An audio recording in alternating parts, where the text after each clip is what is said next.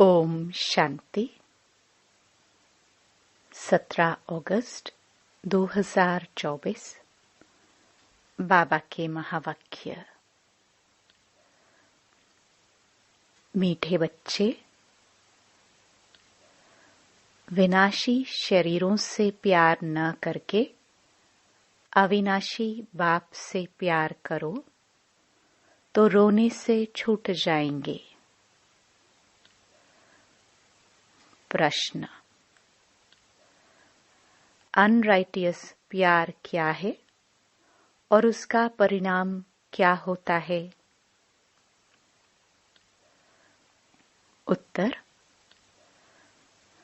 विनाशी शरीरों में मोह रखना अनराइटियस प्यार है। जो विनाशी चीजों में मोह रखते हैं वह रोते हैं। देह अभिमान के कारण रोना आता है। सतयुग में सब आत्म अभिमानी हैं, इसलिए रोने की बात ही नहीं रहती। जो रोते हैं वह खोते हैं। अविनाशी बाप की अविनाशी बच्चों को अब शिक्षा मिलती है, देही अभिमानी बनो तो रोने से छूट जाएंगे। ओम शांति। यह तो बच्चे ही जानते हैं कि आत्मा अविनाशी है और बाप भी अविनाशी है, तो प्यार किसको करना चाहिए? अविनाशी आत्मा को। अविनाशी को ही प्यार करना है। विनाशी शरीर को थोड़ी प्यार करना चाहिए। सारी दुनिया विनाशी है, हर एक चीज विनाशी है। ये शरीर विनाशी है, आत्मा अविनाशी है। आत्मा का प्यार अविनाशी होता है। आत्मा कभी मरती नहीं। उसको कहा जाता है राइटियस। बाप कहते हैं तुम अनराइटियस बन गए हो। वास्तव में अविनाशी का अविनाशी के साथ प्यार होना चाहिए। तुम्हारा प्यार विनाशी शरीर के साथ हो गया है, इसलिए रोना पड़ता है। अविनाशी के साथ प्यार नहीं है। विनाशी के साथ प्यार होने से रोना पड़ता है। अभी तुमको अपने को अविनाशी आत्मा समझते हो तो रोने की बात नहीं, क्योंकि आत्म अभिमानी है। तो बाप अब तुम बच्चों को आत्म अभिमानी बनाते हैं। देह अभिमानी होने से रोना होता है। विनाशी शरीर पिछाड़ी रोते हैं। समझते भी हैं आत्मा मरती नहीं है। बाप कहते हैं अपने को आत्मा समझो। तुम अविनाशी बाप के बच्चे अविनाशी आत्मा हो। तुमको रोने की दरकार नहीं। आत्मा एक शरीर छोड़ जाए दूसरा पाठ बजाती है। ये तो खेल है। तुम शरीर में ममत्व क्यों रखते हो? देह सहित देह के सब संबंधों से बुद्धि योग तोड़ो। अपने को अविनाशी आत्मा समझो। आत्मा कभी मरती नहीं। गायन भी है, जो रोया सो खोया। आत्म अभिमानी बनने से ही लायक बन जाएंगे। तो बाप आकर देह अभिमानी से आत्म अभिमानी बनाते हैं। कहते हैं तुम कैसे भूले हुए हो। जन्म जन्मांतर तुमको रोना पड़ा है। अब फिर से तुमको आत्म अभिमानी बनने की शिक्षा मिलती है। फिर तुम कभी रोएंगे ही नहीं। यह है रोने वाली दुनिया, वह है हंसने की दुनिया। यह दुख की दुनिया, वह सुख की दुनिया। बाप बहुत अच्छी रीति से शिक्षा देते हैं। अविनाशी बाप की अविनाशी बच्चों को शिक्षा मिलती है।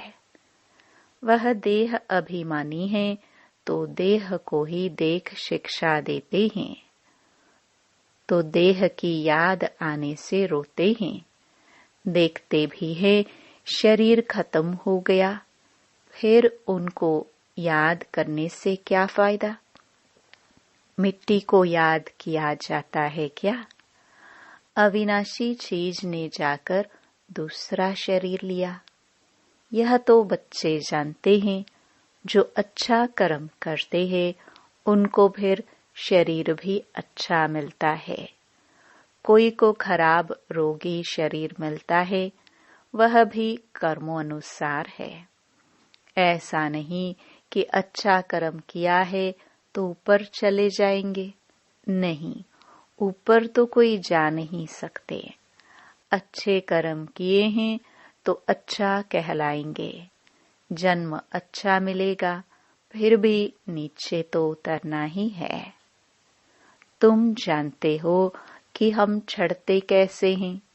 भल अच्छे कर्मों से कोई महात्मा बनेगा, फिर भी कला तो कम होती ही जाएगी। बाप कहते हैं फिर भी ईश्वर को याद कर अच्छा कर्म करते हैं तो उनको अल्पकाल क्षण भंगुर सुख देता हूँ। फिर भी सीढ़ी नीचे तो उतरना ही है। नाम करके अच्छा हो। यहाँ तो मनुष्य अच्छे बुरे कर्मों को भी नहीं जानते हैं। रिद्धि सिद्धि वालों को कितना मान देते हैं। उन्हों के पिछाड़ी मनुष्य जैसे हैरान होते हैं।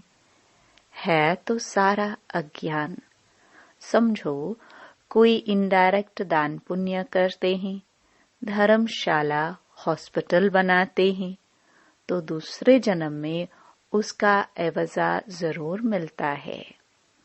बाप को याद करते हैं, भल गालियां भी देते हैं, तो भी मुख से भगवान का नाम कहते हैं। बाकी अनजान होने कारण जानते कुछ नहीं। भगवान को याद कर रुद्र पूजा करते हैं। रुद्र को भगवान समझते हैं। रुद्र यज्ञ रचते हैं। शिव व रुद्र की पूजा करते हैं। बाप कहते हैं मेरी पूजा करते हैं, परंतु बेसमझी से क्या क्या बनाते हैं, क्या क्या करते हैं। जितने मनुष्य उतने उन्हों के गुरु हैं। झाड़ में नए नए पत्ते, टाल टालियां आदि निकलते हैं तो वह कितना शोभते हैं। सतोगुणी होने के कारण उनकी महिमा होती है। बाप कहते हैं कि यह दुनिया है ही विनाशी चीजों को प्यार करने वाली। कोई कोई का बहुत प्यार होता है तो मोह में जैसे पागल बन जाते हैं। बड़े बड़े सेठ लोग मोहवश पागल हो जाते हैं। माताओं को ज्ञान न होने कारण विनाशी शरीर पिछाड़ी विधवा बन कितनी रोती याद करती रहती हैं। अभी तुम अपने को आत्मा समझ दूसरे को भी आत्मा देखते हो तो जरा भी दुख नहीं होता। पढ़ाई को सोर्स ऑफ इनकम कहा जाता है। पढ़ाई में एम ऑब्जेक्ट भी होती है, परंतु वह है एक जन्म के लिए। गवर्नमेंट से पगार मिलता है, पढ़कर धंधा धोरी करते हैं, तब पैसे आदि मिलते हैं। यहाँ तो फिर बात ही नहीं है। तुम अविनाशी ज्ञान रत्नों से झोली कैसे भरते हो? आत्मा समझती है कि बाबा हमको अविनाशी ज्ञान खजाना देते हैं। भगवान पढ़ाते हैं तो जरूर भगवान भगवती ही बनाएंगे, परंतु वास्तव में इन लक्ष्मी नारायण को भगवान भगवती समझना रॉन्ग है। अभी तुम बच्चे जानते हो, ओहो, जब हम देह अभिमानी हो जाते हैं तो हमारी बुद्धि कितनी डिग्रेड हो जाती है, जैसे जानवर बुद्धि बन जाते हैं। जानवरों की सेवा भी बहुत अच्छी होती है, मनुष्यों के तो कुछ भी नहीं। रेस के घोड़ों आदि की कितनी संभाल होती है, यहाँ के मनुष्यों की देखो क्या हालत है। कुत्ते को कितना प्यार से संभालते हैं, चाटते रहते हैं, साथ में सुलाते भी हैं। देखो दुनिया का क्या हाल हो गया है। वहां सतयुग में यह धंधा होता नहीं। तो बाप कहते हैं, बच्चों, तुमको माया रावण ने अनराइटियस बना दिया है। अनराइटियस राज्य है ना। मनुष्य अनराइटियस तो सारी दुनिया भी अनराइटियस हो जाती है। राइटियस और अनराइटियस दुनिया में देखो फर्क कितना है। कलयुग की हालत देखो क्या है। मैं स्वर्ग स्थापन कर रहा हूँ तो माया भी अपना स्वर्ग दिखाती है, टेम्पटेशन देती है। आर्टिफिशियल धन कितना है, समझते हैं हम यहाँ ही स्वर्ग में बैठे हैं। स्वर्ग में थोड़े ही इतने ऊंचे 100 मंजिल के मकान आदि होते हैं। कैसे कैसे मकान सजाते हैं। वहां तो डबल स्टोरी के भी मकान नहीं होते। मनुष्य ही बहुत थोड़े होते हैं। इतनी जमीन तुम क्या करेंगे। यहाँ जमीन के पिछाड़ी कितना लड़ते झगड़ते हैं। वहां सारी जमीन तुम्हारी रहती है। कितना रात दिन का फर्क है। वह लौकिक बाप, यह पारलौकिक बाप है। पारलौकिक बाप बच्चों को क्या नहीं देते हैं। आधा कल्प तुम भक्ति करते हो। बाप साफ कहते हैं, इनसे मुक्ति नहीं मिलती है, अर्थात मेरे से नहीं मिलते। तुम मुक्ति धाम में मेरे से मिलते हो। मैं भी मुक्ति धाम में रहता हूँ। तुम भी मुक्ति धाम में रहते हो। फिर वहां से तुम स्वर्ग में जाते हो। वहां स्वर्ग में मैं नहीं होता। यह भी ड्रामा है। फिर हूबहू ऐसे रिपीट होगा। फिर यह ज्ञान भूल जाएगा, प्रायलोप हो जाएगा। जब तक संगम युग नहीं आया है तब तक गीता का ज्ञान हो कैसे सकता। बाकी जो भी शास्त्र आदि हैं वह है भक्ति मार्ग के शास्त्र। अब तुम नॉलेज सुन रहे हो। मैं बीज रूप ज्ञान का सागर हूँ। तुमको कुछ भी करने नहीं देता, पांव भी पड़ने नहीं देता। पांव किसका पड़ेंगे। शिव बाबा के तो पांव है नहीं। यह तो ब्रह्मा के पांव पड़ना हो जाएगा। मैं तो तुम्हारा गुलाम हूँ। उनको कहते हैं निराकारी, निरहंकारी। सो भी जब वह एक्ट में आए तब तो निरहंकारी कहाँ जाए। बाप तुमको अथाह ज्ञान देते हैं। यह है अविनाशी ज्ञान रत्नों का दान। फिर जो जितना लेवे। अविनाशी ज्ञान रत्न लेकर फिर औरों को दान करते जाओ। इन रत्नों के लिए ही कहा जाता है, एक एक रत्न लाखों का है। कदम कदम पर पदम देने वाला तो एक ही बाप है। सर्विस पर बड़ा अटेंशन चाहिए। तुम्हारा कदम है याद की यात्रा का, उनसे तुम अमर बन जाते हो। वहां मरने आदि का फिक्र होता नहीं। एक शरीर छोड़ दूसरा लिया। मोहजीत राजा की कथा भी सुनी होगी। यह तो बाप बैठ समझाते हैं। अब बाप तुमको ऐसा बनाते हैं। अभी की ही बातें हैं। रक्षाबंधन का पर्व भी मनाते हैं। यह कब की निशानी है? कब भगवान ने कहा कि पवित्र बनो? यह मनुष्यों को क्या पता कि नई दुनिया कब, पुरानी दुनिया कब होती है? ये भी किसको पता नहीं। इतना कहते हैं कि अभी कलयुग है। सतयुग था, अभी नहीं है। पुनर्जन्म को भी मानते हैं। 84 लाख कह देते हैं तो जरूर पुनर्जन्म हुआ ना।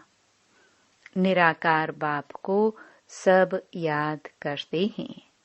वह है सब आत्माओं का बाप। वही आकर समझाते हैं। देहधारी बापू तो बहुत हैं। जानवर भी अपने बच्चों के बापू है। उनके लिए तो ऐसा नहीं कहेंगे कि जानवरों का बाप। सतयुग में कोई कुछ किचड़ पट्टी होती नहीं। जैसा मनुष्य वैसा फर्नीचर होता है। वहां पंछी आदि भी फर्स्ट क्लास खूबसूरत होते हैं। सब अच्छी अच्छी चीजें होंगी। वहां फल कितना स्वीट बड़े होते हैं। फिर वह सब कहाँ चला जाता है? स्वीट से निकल कड़वाहट आ जाती है। थर्ड क्लास बनते हैं तो चीजें भी थर्ड क्लास बन जाती हैं। सतयुग है फर्स्ट क्लास तो सब चीजें फर्स्ट क्लास मिलती है। कलयुग में है थर्ड क्लास। सब चीजें सतो रजो तमो से पास होती है। यहाँ तो कोई मजा नहीं है। आत्मा भी तमो प्रधान तो शरीर भी तमो प्रधान है। अभी तुम बच्चों को ज्ञान है। कहाँ वह, कहाँ यह, रात दिन का फर्क है। बाप तुमको कितना ऊंच बनाते हैं। जितना याद करेंगे हेल्थ वेल्थ दोनों मिल जाएंगे। बाकी क्या चाहिए? दोनों चीजों से एक नहीं होगी तो हैप्पीनेस नहीं होगी। समझो, हेल्थ है वेल्थ नहीं तो क्या काम के? गाते भी हैं, पैसा है तो लाड़काना घूमकर आओ। बच्चे समझते हैं भारत सोने की चिड़िया था। अभी सोना कहाँ? सोना चांदी तांबा गया। अभी तो कागज ही कागज है। कागज पानी में बह जाए तो पैसे कहाँ से मिले? सोना तो बहुत भारी होता है। वह वहां ही पड़ा रहता है। आग भी सोने को जला न सके। तो यहाँ सब दुख की बातें हैं। वहां यह सब बातें होती नहीं। यहाँ इस समय अपार दुख है। बाप आते ही तब हैं जब अपार दुख है। कल फिर अपार सुख होगा। बाबा तो कल्प कल्प आकर पढ़ाते हैं। यह कोई नई बात थोड़ी है। खुशी में रहना चाहिए। खुशी ही खुशी, यह अंत की बात है। अतीन्द्रिय सुख गोप गोपियों से पूछो। पिछाड़ी में तुम बहुत अच्छी रीति समझ जाते हो। रियल शांति किसे कहा जाता है? यह बाप ही बतलाते हैं। तुम बाप से शांति का वर्षा लेते हो। उनको सब याद करते हैं। बाप शांति का सागर है। बाप समझाते हैं, मेरे पास आ कौन सकते हैं। फलाना फलाना धर्म फलाने फलाने समय पर आते हैं। स्वर्ग में तो आ ना सके। अभी साधु संत ढेर निकल पड़े हैं, तो उन्हों की महिमा होती है। पवित्र हैं तो उनकी महिमा जरूर होनी चाहिए। अभी नए उतरे हैं, पुराने की तो इतनी महिमा हो ना सके। वह तो सुख भोग तमो प्रधान में चले गए हैं। कितने ढेर गुरु किस्म किस्म के निकलते जाते हैं। इस बेहद के झाड़ को कोई जानते नहीं है। बाप समझाते हैं कि भक्ति की सामग्री इतनी है जितना झाड़ फैला होता है। ज्ञान बीज कितना थोड़ा है। भक्ति को आधा कल्प लगता है। यह ज्ञान तो सिर्फ इस एक जन्म के लिए है। ज्ञान को प्राप्त कर तुम आधा कल्प के लिए मालिक बन जाते हो। भक्ति बंद हो जाती है, दिन हो जाता है। अभी तुम सदा काल के लिए हर्षित बनते हो। इसको कहा जाता है ईश्वर की अविनाशी लॉटरी। उसके लिए पुरुषार्थ करना पड़ता है। ईश्वरीय लॉटरी और आसुरी लॉटरी में कितना फर्क होता है।